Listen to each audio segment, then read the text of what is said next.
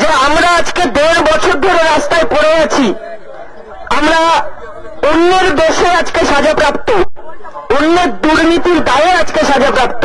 সেখানে দাঁড়িয়ে chief secretary sir মাত্র 10 মিনিট ছিলেন এবং 10 মিনিট পরে উনি উঠে চলে যান।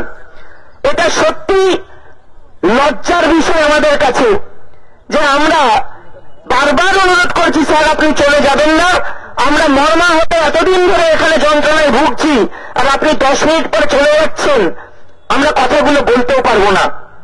সেখানে প্রিন্সিপাল সেক্রেটারি পরে এবং ডিজি স্যার আমাদের সঙ্গে কথা বলেন। আলটিমেটলি যে যোগ্য অযোগ্য তালিকা আমরা চেয়েছি, ওনারা বলেছেন ইট ইজ নোটেড ডাউন, আমরা আলোচনা করছি। কিন্তু আমরা বলেছি আমাদের ওটা আজকেই চাই, এবং যে ইস্যুটা তুলেছিলাম সেটা একদম ন্যায্য। যে আমরা মুখ্যমন্ত্রীকে বলতে শুনেছি যে এই স্কুল সার্ভিস কমিশন নাকি অটোনোমাস বডি, তাহলে যে অটোনোমাস বডি হয় তার নিজস্ব কিছু ফ্রিডম থাকে। এসএসসি চেয়ারম্যান স্যার এই যোগ্য অযোগ্য তালিকা রেডি আছে, এটুকু আমাদের আগেও বলেছেন, এবং সেক্ষেত্রে ওপরের নির্দেশ ছাড়া এটা দেওয়া যাবে না, এরকমটাও শোনা গেছে। এই ওপরের নির্দেশটা কার নির্দেশ, কেন দেওয়া যাবে না? কোথায় বলা আছে যে টেন্টেড আনটেন্টেডদের রিলিজ দেওয়া যাবে না? ওনারা বলছেন দিতে হবে, বলা নেই, কিন্তু দেওয়া যাবে না এটা কোথায় লেখা আছে? এটা আমরা জোর দিয়ে বলেছি। আমি এখানে অনুরোধ করব, সুমন বিশ্বাস স্যার আছেন, মেহবুব স্যার আছেন, তারাও কিছু বলুক, এবং মিন্ময়দা আছেন, রবিউলও আছে।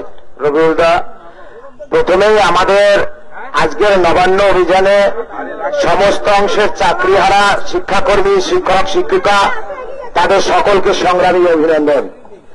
আমরা আজকে গিয়েছিলাম, মাননীয় চিফ সেক্রেটারি মহোদয়, DG sir, CP sir Howrah তারা ছিলেন।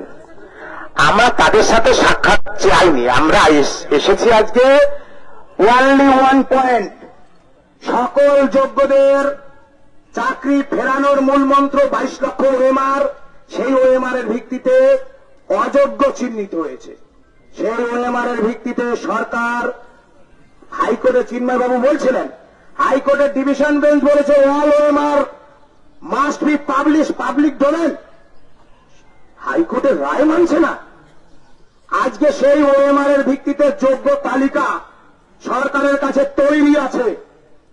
রাজ্য সরকার, মমতা বন্দ্যোপাধ্যায় আমাদের মুখ্যমন্ত্রী, তিনি আমাদের প্রিয় মুখ্যমন্ত্রী, তিনি যদি মনে করেন তার ওই চেয়ারটা খুব ভালো লাগে, তাহলে সেটা ভালো লাগুক।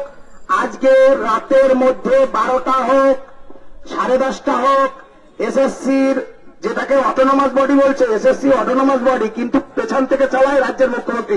কেন দেখেননি নোটিফিকেশনের বিষয়? নবান্ন থেকে প্রেস কনফারেন্স করে বলেছিল। আমাদের বক্তব্য হচ্ছে আজকের রাত 12টার মধ্যে untainted teacher and non teaching staff, তাদের তালিকা প্রকাশ করতে হবে। আর অন্যথায় যারা নেতৃত্ব আছে, আমাদের চিন্ময়বাবু, মেহবুবদা, মিন্ময়দা, রবিউল, কৃষ্ণকুমার, আরো সুমিতব সরকার সহ আরো যারা আছেন শিক্ষাকর্মীরা, সকলকে নমস্কার। আমরা একযোগে এক হয়ে আজকে লড়ছি। যোগ্য তালিকা দিন, আমাদেরও কলঙ্কের হাত থেকে মুক্তি দিন, যোগ্যদের চাকরি ফেরত দিন। কোন টালবাহানা, কোন অজুহাত, কোন শক্তির কাছে, কোন রাজনৈতিক শক্তির কাছে আমরা অন্তত মাথা নত করব না, এটা আমাদের বক্তব্য। 22 লক্ষ ওএমআর প্রকাশ, ওএমআর এর ভিত্তিতে যোগ্য তালিকা দিন। আর মাঝখানে ডান দিকে বাদিকে কোন সেন্টেন্স নেই।